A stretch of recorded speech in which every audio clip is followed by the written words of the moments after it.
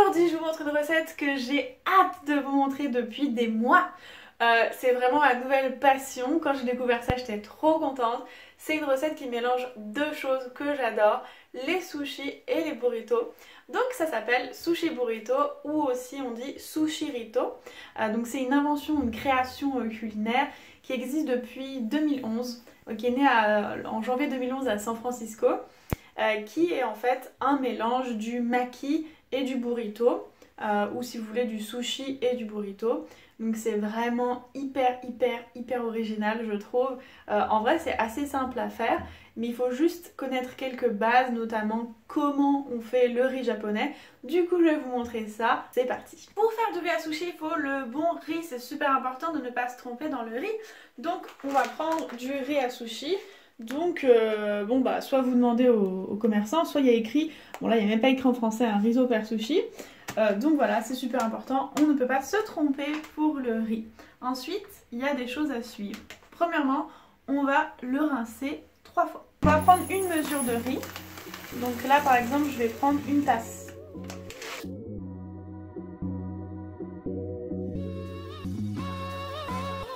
Venir faire tremper et tourner comme ça, un peu le manipuler pour le laver.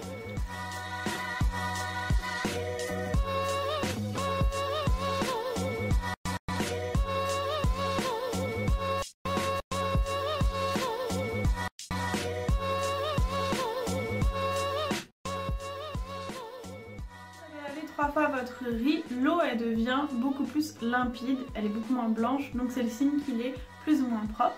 Ensuite vous allez le faire égoutter 30 minutes. Donc quand vous l'avez fait égoutter 30 minutes, vous allez le mettre dans une casserole que vous pouvez fermer.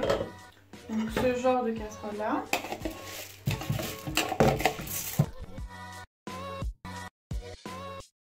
Vous allez bien l'étaler au fond de la casserole. Hop. Et vous allez rajouter un volume et demi d'eau. C'est-à-dire, donc là on a mis une tasse de riz. Donc un volume. Ok? Donc on va reprendre ce volume là. Donc on a mis une tasse de riz, donc on met une tasse d'eau. On verse sur le riz. Plus un demi. Un volume et demi. Donc la moitié de la tasse. On rajoute ça. Voilà. Alors il y en a qui salent l'eau, mais moi je pense que de ce que j'ai lu des versions traditionnelles, on ne sale pas. On couvre et on allume le feu fort.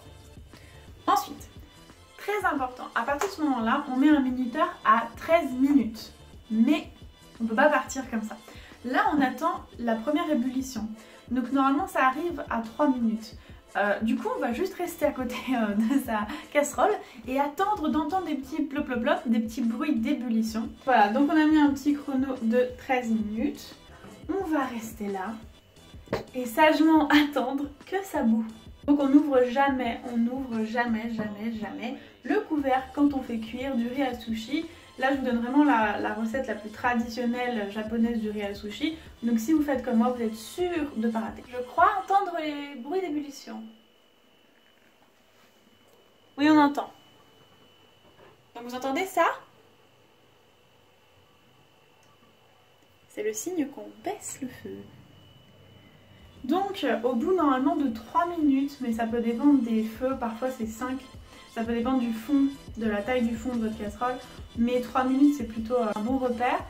Vous baissez le feu à feu doux, vous laissez cuire le reste du temps, donc 10 minutes, et on se retrouve après. Alors pendant que le riz cuit tranquillement, il faut qu'on constitue le vinaigre à sushi. En fait c'est ce qui va permettre de rendre le riz un petit peu lisse, sucré, vinaigré, collant, enfin voilà, le riz à sushi qu'on connaît. Du coup, on va mélanger. Alors il faut absolument acheter du vinaigre à sushi. Donc voilà, ça c'est cette marque là qui en vend, et sinon vous regardez derrière si c'est fait pour ça. Vous allez mettre donc 2 cuillères à soupe de vinaigre, 1 cuillère à soupe de sucre,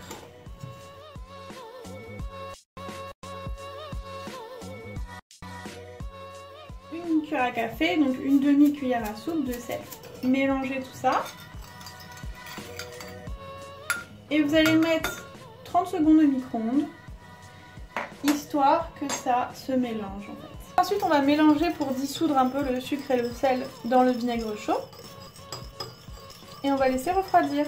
Ça fait 10 minutes, plus 3 minutes, 13 minutes que ça cuit. On va tout simplement pousser notre riz sur un feu froid ou le mettre sur un dessous de plat froid pour qu'il refroidisse 10 minutes à couvert. Hein. Donc on n'a toujours pas ouvert le couvercle, on reste calme. On a envie de voir si ça se passe bien à l'intérieur ou si ça brûle ou non, non, non. On fait confiance, on me fait confiance. Et on reste avec le couvercle fermé pendant encore 10 minutes. Ça fait 10 minutes qu'on attend, c'est bon, on peut ouvrir. Tada! Alors, si votre riz il est bien cuit, il y a des petits trous, comme ceci. Maintenant, on va mettre le vinaigre. Hop. On va venir mélanger. On va tenir ça parce que c'est chaud. On va venir transvaser le riz dans un autre récipient, tout simplement, pour qu'il refroidisse. Maintenant, pendant que le riz refroidit, on va tout simplement passer à l'assemblage. Donc vous allez prendre les légumes crus de votre choix. Moi j'ai pris des poivrons de différentes couleurs, des carottes, de la salade, du concombre et du guacamole. Donc en fait dans le sushi burrito, il n'y a pas que du riz, il y a aussi une base un peu crémeuse comme une sauce si vous voulez. Donc souvent comme c'est un mélange de bouffe japonaise et mexicaine, on va mettre du guacamole à l'intérieur, ce qui est vraiment délicieux. Mais vous pouvez aussi par exemple choisir de mettre de la mayonnaise végane ou une sauce que vous avez créée. Et ensuite vous mettez les crudités, ça je vais vous montrer ça tout de suite.